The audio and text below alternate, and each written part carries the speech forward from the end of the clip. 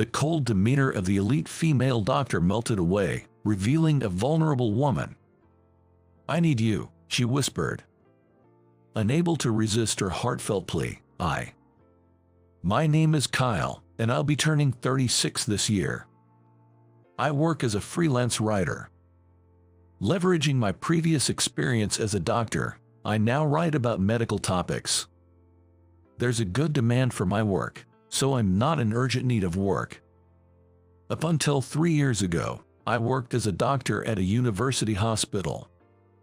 I don't like to brag, but I was quite popular among the patients.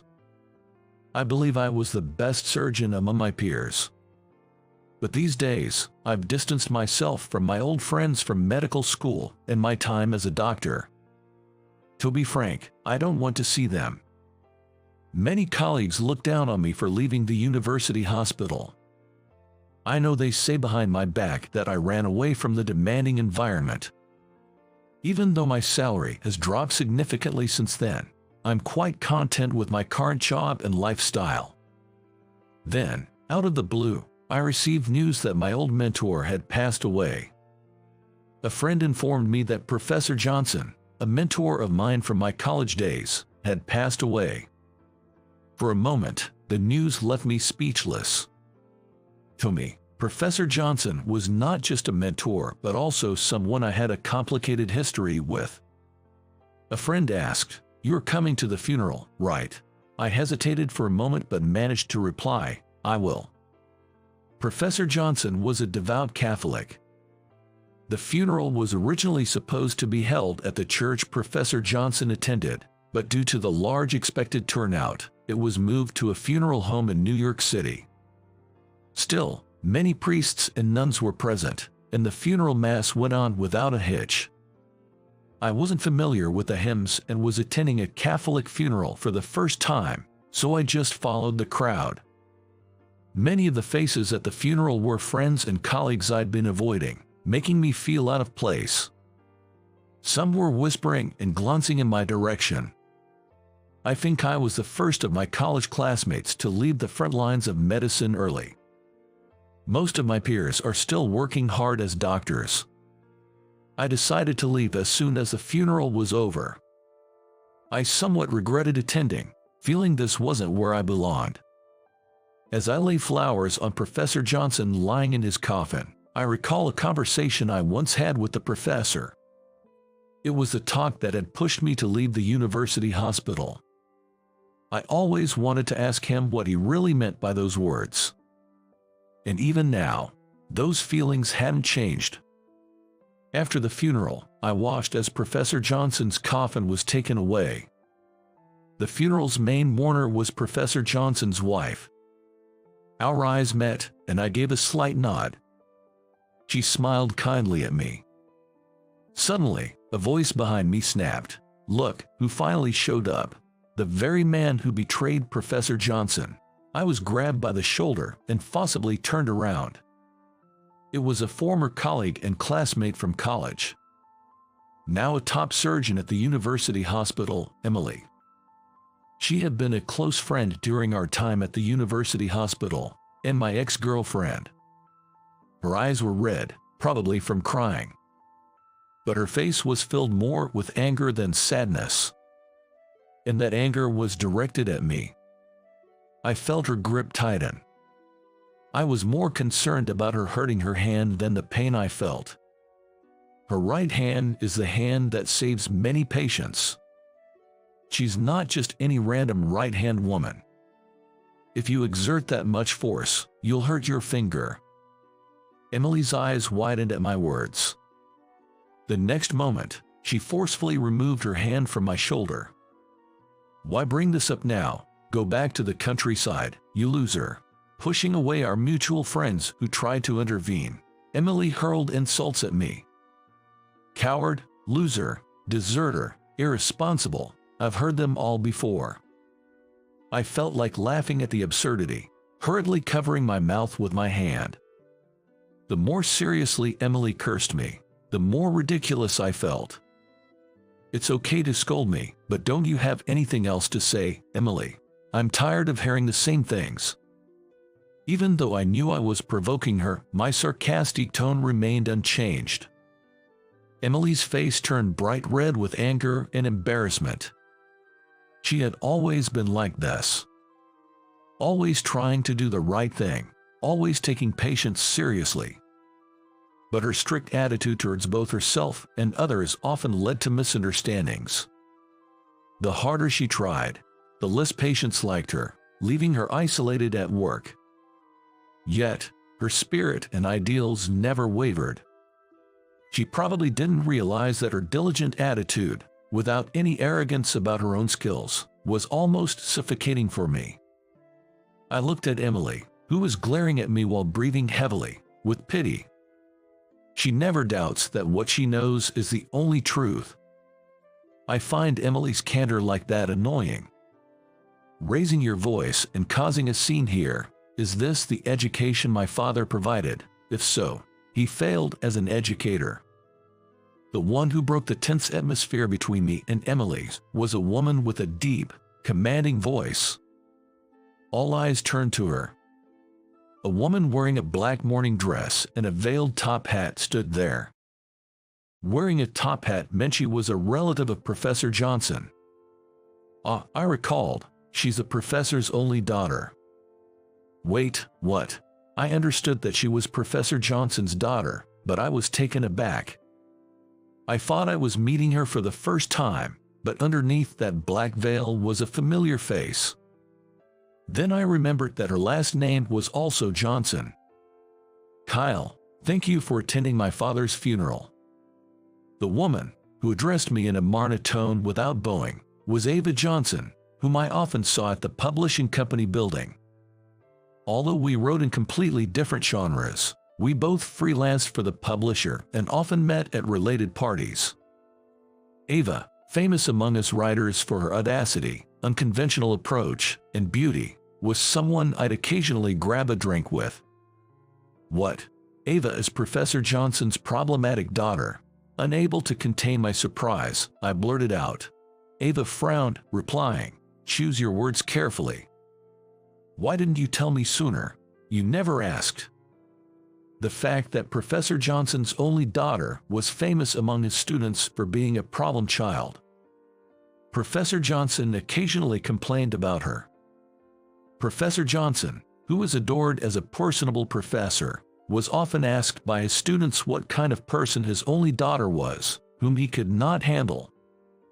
Who would have thought my writer friend, Ava, was that very person? So you're the professor's daughter. I've heard quite a bit about you. Emily's face couldn't quite hide her irritation as she greeted, with a sense of doing it out of obligation. After all, she's the daughter of our mentor. We couldn't afford to be rude. Ava stared at Emily with an emotionless expression. Emily, right, my father often mentioned you were an excellent surgeon. It's our first time meeting, isn't it? Ava's overly polite response seemed incredibly condescending to me, who knew her usual demeanor very well. Without a doubt, Ava was mocking Emily. This is between him and me. It has nothing to do with you, young lady, does it? Kyle is my friend. I'm not the type to stand by and watch a friend get wrongly blamed. Ava replied with a sly smile, tilting her head slightly. I know her all too well. The angrier she gets, the more she smiles. And I was sure that she didn't step between Emily and me for my sake. It's not about blaming him. I just want Kyle to come back to the university hospital. Professor Johnson had always hoped for that too. He always cared about Kyle. Hearing Emily's words, old memories became vivid in my mind. It was back when I worked at the university hospital. Emily and I, once lovers, both strived and pushed forward in our careers as doctors, I believe. I took pride in my work. I have grown accustomed to being called doctor by my patients. Professor Johnson looked unusually downcast that day. His face was gloomy, devoid of his usual smile. Concerned, I asked, "Is everything all right?" Professor Johnson murmured, "It's about my daughter." She has both the ability and academic performance to become a doctor, but she's adamant about not taking the medical school entrance exam. He said she has a nightly battle with her mother, who tells her to apply to medical school. To be honest, I'm fine with either decision. I've even considered adopting a son-in-law, but she's against that idea too. What should I do? The Johnsons has been famous for being a family of doctors for generations. He choked on his words, saying that it would be a shame to end it in his generation. I can't understand what's so bad about becoming a doctor. It's beyond my understanding. I carelessly blurted out. Professor Johnson looked at me a little surprised. A hint of surprise in his eyes, and then his expression hardened. I now realize how arrogant I was back then. Being constantly addressed as doctor and revered by my patients, I felt like my job was superior to others.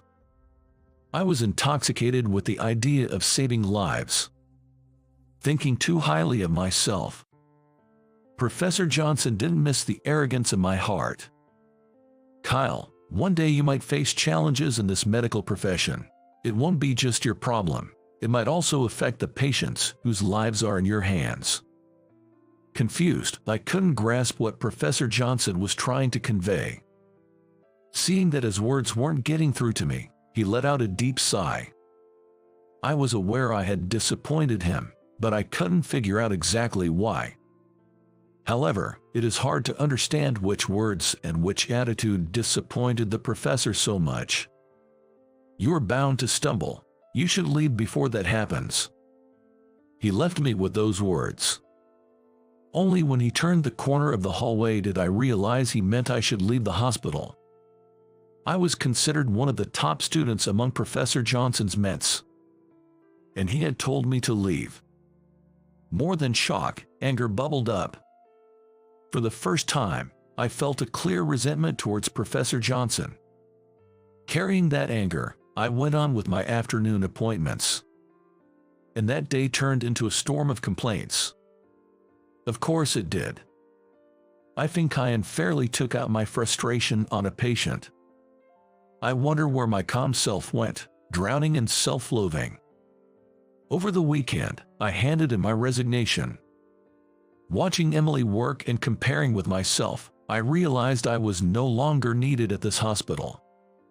I was deeply impressed by Emily, who, despite being called a top-tier doctor, humbly and earnestly tried to save her patients. Perhaps Professor Johnson was concerned about me for that very reason. Emily wants me back at the hospital, but I believe Professor Johnson didn't feel the same way. Emily, you're lying, right? I bet Professor Johnson never said he wanted me back. Upon hearing my words, Emily looked surprised, saying, "Oh." For the first time, I explained to Emily why I left the university hospital. I told her that it was Professor Johnson's words that made me realize I shouldn't be a doctor. Both Emily and my colleagues listened to my confession with bated breath. I left the hospital because I was sick of my own immaturity as a doctor and as a person. Even after hearing the truth, Emily couldn't accept it and kept arguing with me. I'm tired of hearing her repeated why and how come.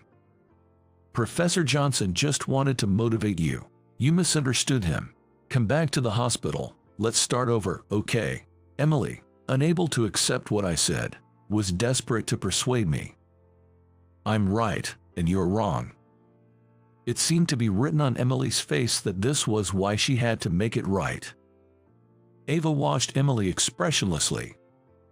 Suddenly, Ava shifted her gaze from Emily to me. Our eyes met instantly. Ava smiled slyly when our eyes locked. We are students of Professor Johnson. Be proud and confident, Emily exclaimed, almost shouting. I get it. My father was a respectable doctor and professor, but he got sick and couldn't beat the disease. Ava's words took Emily by surprise. All the proud and brilliant students couldn't save my father. Ava threw those harsh words at Emily. Ava is trying to verbally overpower Emily. I've heard that when Professor Johnson collapsed, Emily was the one on duty that night. The person most regretful about not being able to save Professor Johnson's life was Emily herself.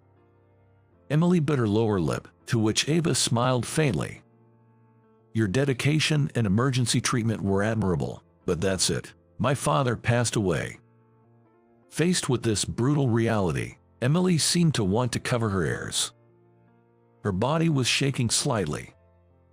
"But he can't even do that," Ava said slowly, pointing at me. "If Professor Johnson had been brought in, could I have treated him?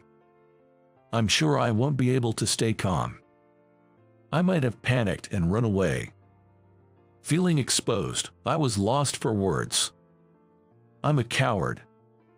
Still, that's why I'm scared of facing the medical field on my own. I want your support. I was taken aback by the sight of Emily that I had never seen before. "I need you." Those were Emily's true feelings. She collapsed to her knees, tears streaming down her face. I wanted to comfort her, but I felt I wasn't worthy. Crying, Emily kept saying, "I want you to be with me." Looking down at her with a smile, Ava watched her. Then, making sure Emily didn't notice, Ava gently kicked my leg, urging my indecisive self. After that kick, Ava silently walked towards the exit. Her back was straight, showing no hesitation. It felt as though she displayed a genuine strength, unlike the facade shown by Emily. I gently knelt beside Emily, speaking to her softly. I offered her the most comforting words I could muster. "I can support you from afar, and I'll always be watching over you." It had been 7 years since Professor Johnson passed away. There wasn't any specific memorial service, so all I could do was offer a silent prayer in my heart.